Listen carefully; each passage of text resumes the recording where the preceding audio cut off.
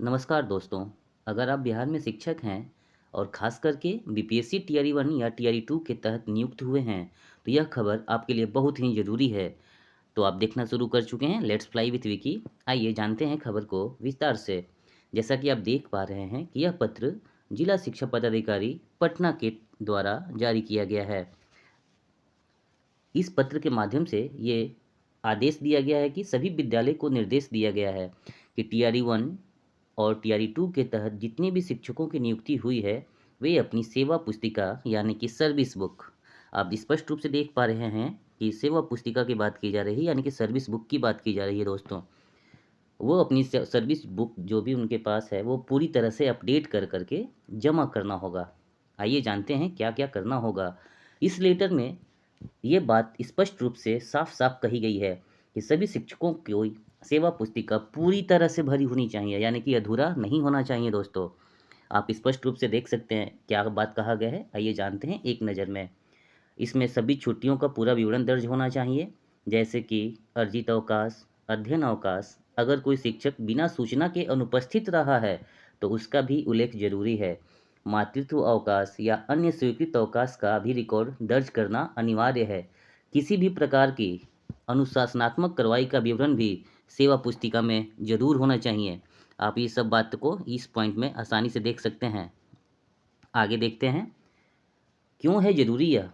आपको बताते चले दोस्तों कि जैसा कि आपको पता है कि विभाग अब हर जानकारी को यानी कि ई शिक्षा कोश की जानकारी को, जैसा कि आप जानते हैं अच्छी तरह से कि ई शिक्षा कोश जिसकी मदद से सरकार अब चाहती है कि इस ई शिक्षा कोश के बारे में जितनी भी जानकारी है उसको एचआरएमएस के साथ ऐड कर दे।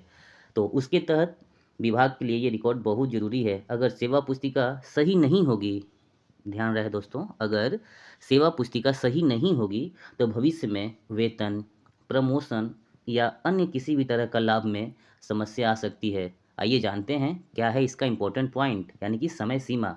इस आदेश में यह साफ तौर पे कहा गया है कि आपको अपनी सर्विस बुक एक पक्ष के अंदर उपलब्ध कराना है।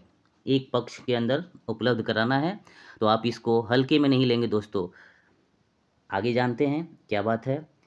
अगर आप शिक्षक हैं तो तुरंत अपनी सेवा पुस्तिका अपडेट करवा लें और अपने विद्यालय के माध्यम से जमा करें। दोस्तों जैसा कि आप देख पा रहे हैं कि ये जो पत्र है टीआरई 1 और टीआरई 2 दोनों तरह के शिक्षकों के लिए लागू है। और कहा गया है कि जितने भी ई शिक्षा कोर्स या एचआरएमएस के साथ साथ मैनुअली भी अंकित करना आवश्यक प्रतीत होता है। बहुत ही ज़रूरी सूचना थी दोस्तों सर्विस बुक अपडेट को लेकर के।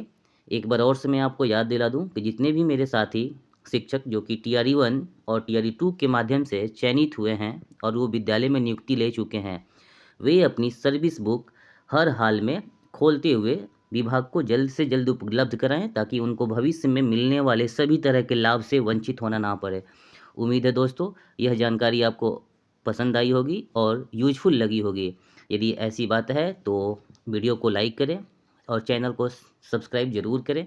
और वीडियो कुछ ज़्यादा इन्फॉर्मेटिव लगी हो तो अपने दोस्तों के साथ यानी कि और भी शिक्षक साथियों के साथ शेयर ज़रूर करें।